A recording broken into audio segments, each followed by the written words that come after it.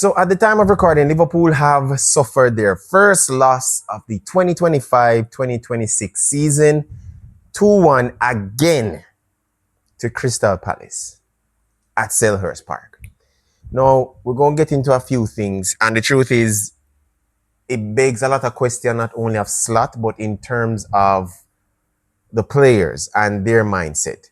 So hit the notification bell, subscribe, and like. Guys, Liverpool lost today.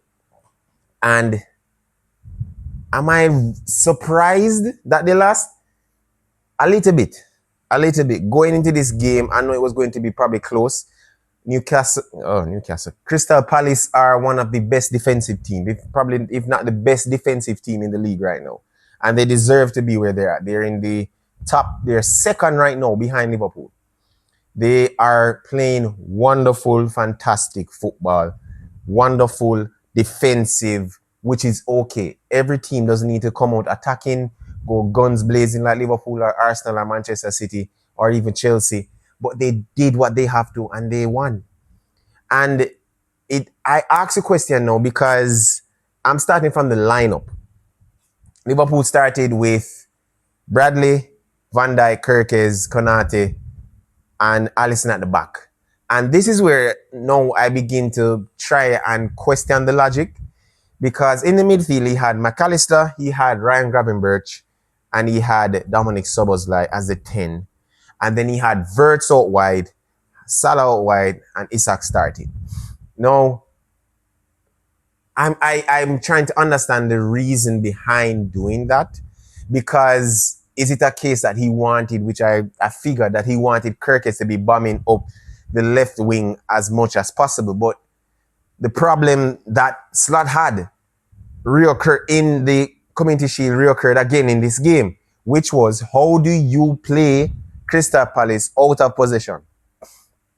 He didn't have Gakpo to play as that, in the back five to try and match Crystal Palace in how they wanted to play.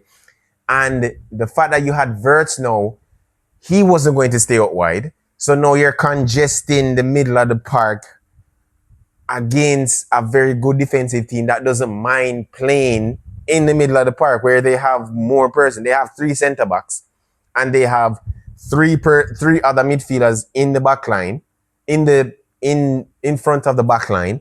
And then you have a Sar who's coming back, which makes it 4. So now you're facing pretty much almost 7 persons in the middle, in the center of the park, especially in Crystal Palace final third.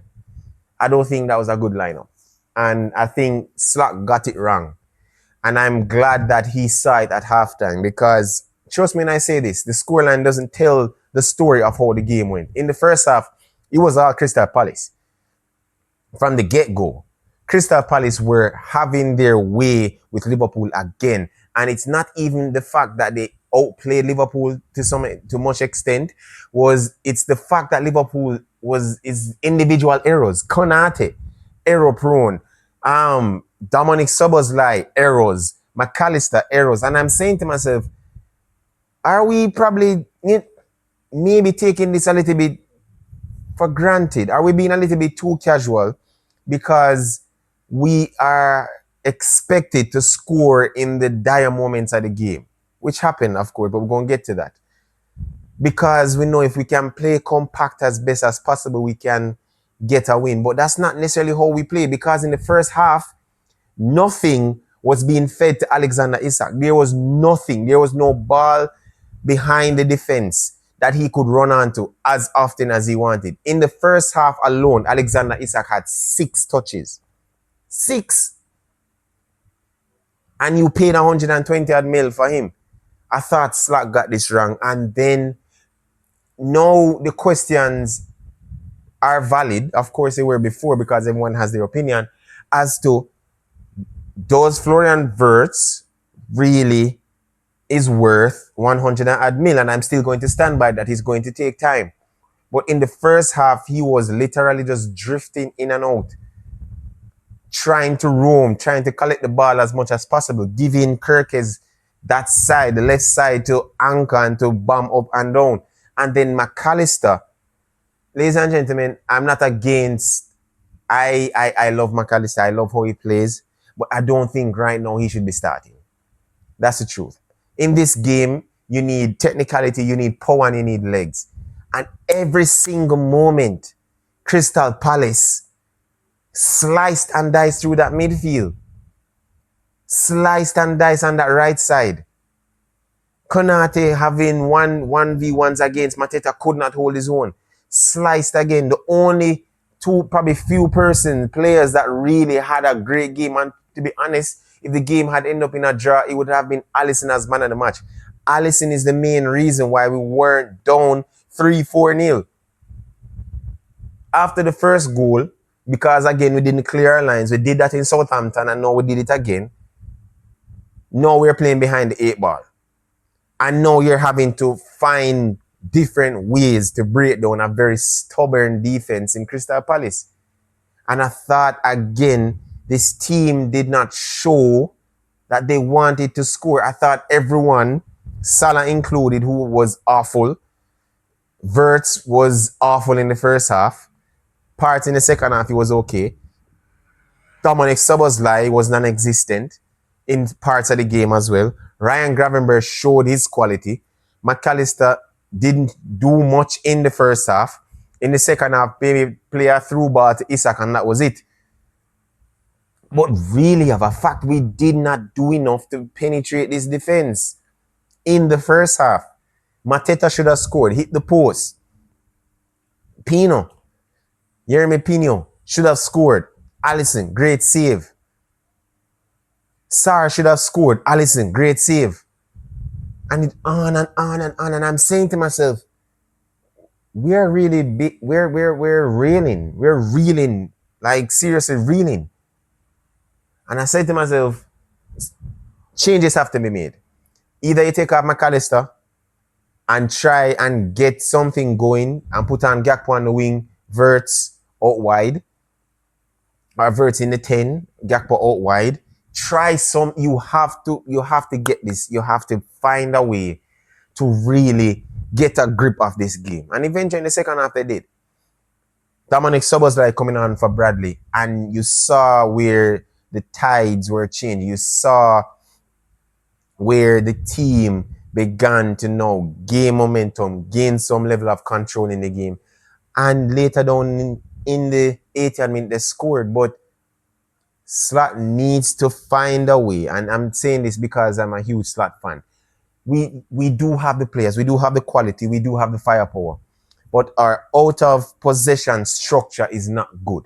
No, I'm not talking rest defense because we've already spoken about this. But in terms of how we press, how we stay in our mid block, it is too easy for teams to bypass that. Our press is not good. No, I don't know if because one of the main things is that you want Salah in your team because he has that quality, but honestly, he has not been performing well since the start of the season. And you can't ask a 30-year-old to be pressing as intense as an Arsenal unless you're going to drop him, which is out of the question. This was not a good performance today. And 2-1 doesn't do enough justice to how Liverpool played in this game. Konate, with his contract situation and this display, this game display was not good. Was awful. Didn't show much. Yes, he had a few opportunities or chances where he defended well, but really out of 10, I would have given him maybe 4 or 5. Mateta had him in his back pocket. First half, absolutely had him on the ropes. And if this is what you want to use as a negotiation to try and get a bigger deal, I really suggest that you think about it. Because if you believe, Konate, that this is how Real Madrid, are going to accept how you're supposed to be playing week in, week out, you have another thing coming. There is a standard that is there. And this is why, and I'm not just targeting him, I'm talking to all of the players, probably except Alisson, where there wasn't enough impetus to get behind Crystal Palace defense in the first half. In the second half, we saw better. There were more channels. Isak was getting involved, more touches, dropping deep sometimes, link up play, movement. You saw it. And again, I ask a question as to why McAllister is starting. Someone can let me know in the comments.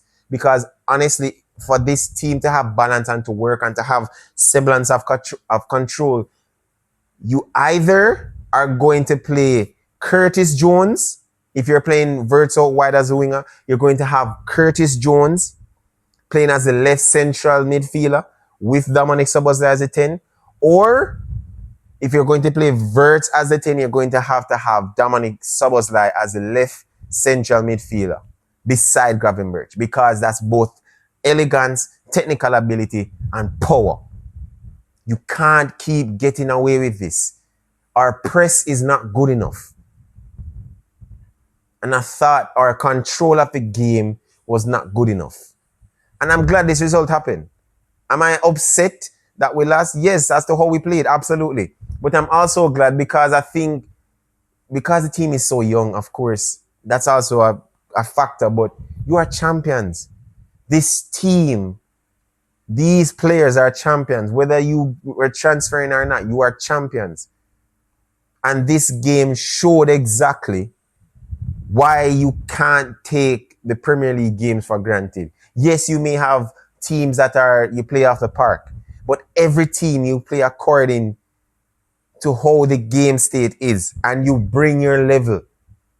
You don't go down to another team's level. You bring your level at all times in order for win. And I thought it started from Slot. It started from the coach. We did not play well. Verts did not play well. Gravenberch, I thought, played pretty good. He was the shining light in the middle of the park. Allison played great. Everyone else was absolutely shambolic. And this cannot continue. Because now you're going in the Champions League with Galatasaray. You have to win. And I also believe Ekitike's loss, meaning in terms of his red card, pretty much impacted this game, because it would have added a different semblance as to how we would have attacked and gone into this game. I thought, as I understand as to why Slot was very upset with Ekitike, but I thought this game also would have failed. We probably would have seen Ekitike on the wing, with Isak up front, with Verts as the 10, with Szoboszlai as the partner beside Gravenberch. I believe we would have seen that. But we didn't because of the red card, and now we take our first loss on the chin and we move on to the next game in the Champions League for Galatasaray, and then we play Chelsea, who are reeling, and we're going to talk about that in another video. But guys, like, share, subscribe. Let me know what you think. Do you think that Liverpool should be nervous? Do you think that Liverpool as a whole, should probably take caution to the wind, because now it's in Arsenal's hand to try and claw back into the game, into how we want to win the league, give Arsenal a chance to win? But let me know what you guys think. Like, share, subscribe, hit the notification bell. Till next time, guys. Peace.